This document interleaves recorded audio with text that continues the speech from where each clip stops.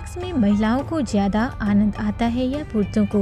इसका जवाब दो तरह से दिया जा सकता है। पौराणिक कथाओं और आधुनिक विज्ञान के जरिए एक कथा मिलती है महाभारत में राजा भंगस्वान की, और दूसरी कहानी ग्रीक पुराण से है। तो इस सवाल के जवाब में आलेख का पहला हिस्सा, जहां हिंदू और ग्रीक पौराणिक कथाओं का सहारा लिया गया है। किसी के आने की आहट पाकर भीष्म पितामह ने धीरे धीरे आंखें खोली। सामने धर्मराज युधिष्ठिर थे। महाभारत का युद्ध खत्म होने के बाद युधिष्ठिर शासक की धर्म, राजनीति और शासन से जुड़े तमाम सवालों को लेकर पितामह के पास जाते रहते। लेकिन उस दिन उन्होंने पूछा, संभोग में किसे ज़्यादा आनंद आता है, मर्द को या औरत को? पितामह के पास कई पीढ़ियों का ज्ञान था, लेकिन इस सवाल का कोई सीधा सटीक जवाब वह भी नहीं दे पाए। यह सवाल कठिन इसलिए था और अब भी है, क्योंकि सही उत्तर किसी एक ही शख्स से मिलेगा जिसने दोनों जिंदगियां जी हों। पौराणिक कथाओं में ऐसे दो शख्स मिलते हैं। हिंदुओं में राजा भंगस्वान और ग्रीक कथाओं में संत टायरसिस। पितामह ने युधिष्ठिर को भंगस्वान की कहानी सुनाई। भंगस्वान एक तेजस्वी राजा थे, लेकिन बिना संतान के। उसके बाद कोई वारिस नहीं था।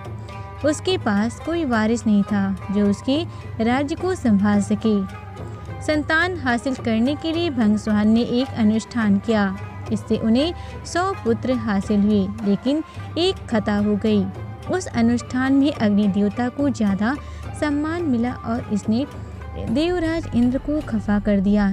इंद्र चाहते थे कि राजा को उसके किए की सजा दी जाए, लेकिन इंद्र चाहते थे कि राजा को उसके किए की सजा दी जाए, लेकिन भंगस्वान में ऐसा कोई दोस्त था ही नहीं। इंद्र को लेकिन अपने अपमान का बदला लेना था। तो एक दिन जब राजा शिकार पर निकले, तब देवराज ने उनकी बुद्धि फेर दी।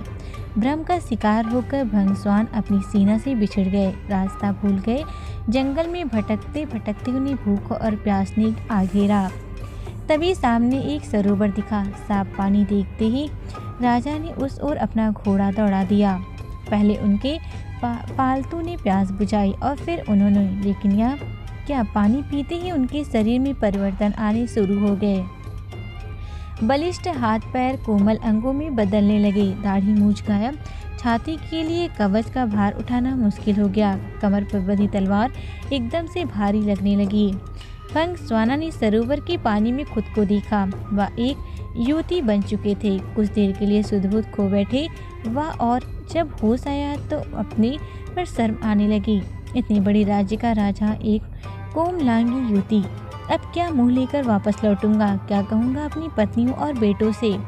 जनता को क्या जवाब दूंगा? तमाम उधेड़-बुन में फंसे भंगस्वान ने एक फैसला किया और अपने राज्य की ओर चल पड़े। जितना हैरान वह खुद हुए थे, उससे ज़्यादा वे लोग हुए जिन्होंने अपने राजा को इस रूप में देखा। भंगस्वान ने अपने सभी दरबारियों, पुत्रों, पत्नियों और परिवार के दूसरे लोगों को बुलाया। उन्हें पूरी कहानी बताई कि कैसे एक सरोवर के जल ने उनका यह हाल किया। फिर उन्होंने अपनी पुत्री से कहा, मिल बांट कर शासन करो। राजपाट छोड़कर वह युवती, जो कुछ समय पहले तक पुरुष रूप में थी, जंगल की ओर चल पड़ी। वन में युवती भंगस्वान एक तपस्वी के आश्रम में रही और वहां उसने 100 पुत्रों को जन्म दिया। उन 100 पुत्रों के साथ वह फिर अपने राज्य पहुंची। उसने अपने सभी 200 पुत्रों को एकजुट किया और मिलकर राज करने का आदेश दिया।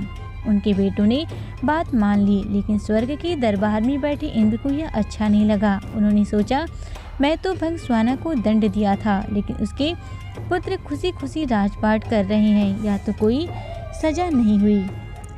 इंद्र ने एक ब्राह्मण का वेश धारण किया और भंगस्वाना के बेटों के बीच फूट डाल दी। जो भाई मिल बांटकर सत्ता का आनंद ले रहे थे, वे आपस में लड़ मरे। युवती भंगस्वाना को जब इसका पता चला तो वह बहुत दुखी हुई। ब्राह्मण बने इंद्र फिर उसके पास पहुंचे और कठोर शब्दों में बताया कि क्यों उसे अपने पुत्रों की मौत का कष्ट झेलना पड़ रहा है। युवती ने तुरंत इंद्र के पांव पकड़ ली, माफ़ी मांगी। तब इंद्र ने कहा कि वह या तो उन पुत्रों को जीवित करेगा जिन्हें भंगस्वाना ने राजा रहते जन्म दिया, या फिर उनको जो युवती बनाने के बाद पैदा हुए फंगसवाना ने उन पुत्रों को जीवित करने का आग्रह किया जिन्हें उसने युवती बनाने के बाद जन्म दिया था। इंद्र के कारण पूछने पर उसने बताया पुरुष की तुलना में एक स्त्री अधिक स्नेह कर सकती है। इस जवाब ने इंद्र को खुश कर दिया। उन्होंने फंगसवाना से कहा कि वह उन्हें वापस पुरुष बना सकते हैं, लेकिन उस युवती ने जवाब दिया, मैं स्त्री रूप ही चाहती हूँ। संभोग के दौरान एक स्त्री को पुरुष के मुकाबले ज़्यादा आनंद आता है। यही वजह है कि मुझे यह रूप अधिक अच्छा लग रहा है। फंगसवाना के जवाब ने इंद्र को संतुष्ट कर दिया और भीष्म पितामह की सुनाई इस कहानी ने धर्मराज को, लेकिन एक ग्रीक कथा भी है जहां इसी सवाल के जवाब ने स्वर्ग की देवी को नाराज कर दिया था। ग्रीक कथाओं में टायर्सियस का दर्जा पैगंबर का है। उनसे जुड़ी एक दंत कथा के मुताबिक टायर्सियस ने एक बार सांप के एक जोड़े को अपनी लाठी से मार दिया। उस समय सांपों का वह जोड़ा प्रेम क्रीड़ा में रत था। टायर्सियस को इस गुनाह की सजा मिली और एक औरत में बदल गए। 7 बरस एक स्त्री के रूप में रहना पड़ा। एक दिन फिर उन्होंने सांप के एक जोड़े को देखा। इस बार स्त्री रूप में टायर्सियस ने दया दिखाई और उन्हें अपना पुरुष रूप वापस मिल गया। कहानी के मुताबिक स्त्री पुरुष सेक्स सुख को लेकर तब देवताओं के बीच भी बहस छिड़ी थी। देवताओं के राजा ज्यूस का मानना था कि संभोग में स्त्री ज़्यादा सुख पाती है, वहीं उनकी पत्नी विवाह और प्रसव की देवी हेरा की धारणा इससे बिल्कुल उलट थी। इस विवाद का निपटारा करने के लिए ग्रीक देवताओं ने टायर्सियस को बुलाया और उनके सामने यही सवाल रखा।